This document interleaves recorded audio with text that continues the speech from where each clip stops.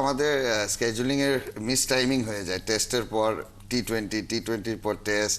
জিম্বাবুয়ের সাথে টেস্ট সিরিজের জায়গায় যদি টি-20 সিরিজটা হতো maybe it would have been better, or even টেস্টের পর যদি দু তিনটা টি-20 ম্যাচ খেলা যেত পাকিস্তানের আগে, then it would have been better. ক্ষেত্রে পাকিস্তান এমনিতেই তো বাংলাদেশের চেয়ে টি-20তে বেশ খানিকটা এগিয়ে রয়েছে যদি আমরা পরিসংখ্যানগত দিকটা দেখি। তার উপরও তারা এখন পিএসএল খেলছে, সেই অভ্যাসটা নিয়ে তারা বাংলাদেশের এগেনস্টে খেলতে নামবে। অন্যদিকে বাংলাদেশ খেলতে নামছে টেস্ট খেলার পরে।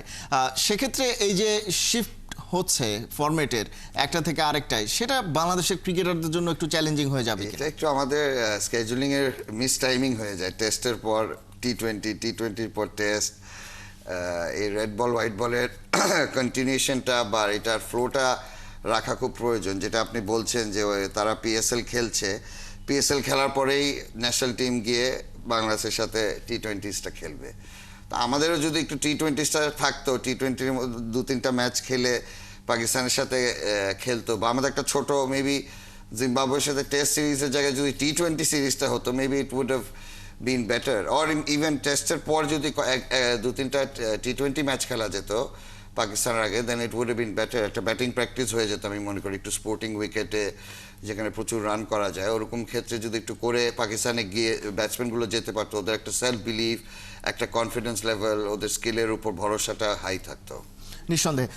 কিন্তু এটা তো আসলে একটা পুরনো প্র্যাকটিস কিনা যে আমরা টি-20 ফরম্যাটের বিপিএলটা খেলছি, তারপরে চ্যাম্পিয়ন্স ট্রফি খেলছি ওয়ানডে ফরম্যাটের, অন্যদিকে আমরা টেস্ট খেলছি জিম্বাবুয়ের বিপক্ষে, পরবর্তীতে গিয়ে আমরা টি-20 ফরম্যাটে পাকিস্তানের সিরিজ খেলছি।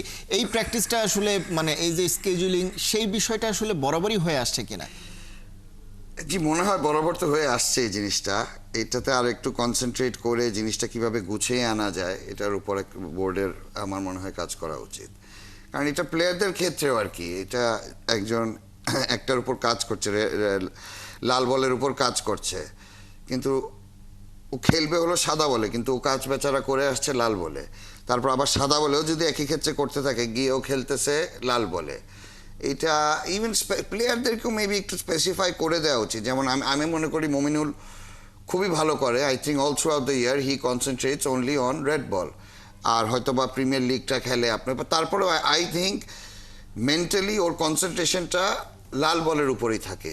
তো ওরকম করে প্লেয়ারদের সাথেও যদি সিলেক্টররা, কোচরা ওভাবে যদি আলাপ আলোচনা করে নেয় যে তুমি এইভাবে নিজেকে প্রিপেয়ার করতে থাকবা, তুমি সাদাতে প্রিপেয়ার করতে থাকবা, ইভেন বোলিং ক্ষেত্রেও with the red ball bowling and the white ball bowling, I think there is a difference, পার্থক্য থাকে দোনোটা বলে এক এক ফরম্যাটে এক একভাবে বোলিং করা।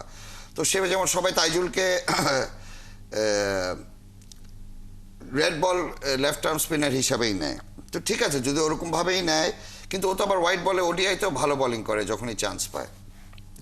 তো ওরকম কিছু প্লেয়ার যদি দোনো ফরম্যাটেরই জন্য, দোনোটা বলের জন্যই লাগে, তিনও ফরম্যাটের জন্যই লাগে, তো ওভাবে এগুলো সিলেক্টার্স, কোচ তাদের আলাপ করে নেওয়া উচিত আমার মনে হয়। আই এম শিওর তারা করেনও, এটা আর একটু ডিটেলে করা উচিত, সো দ্যাট প্লেয়ার্স নো কার কোথায় কি বেটার দায়িত্ব।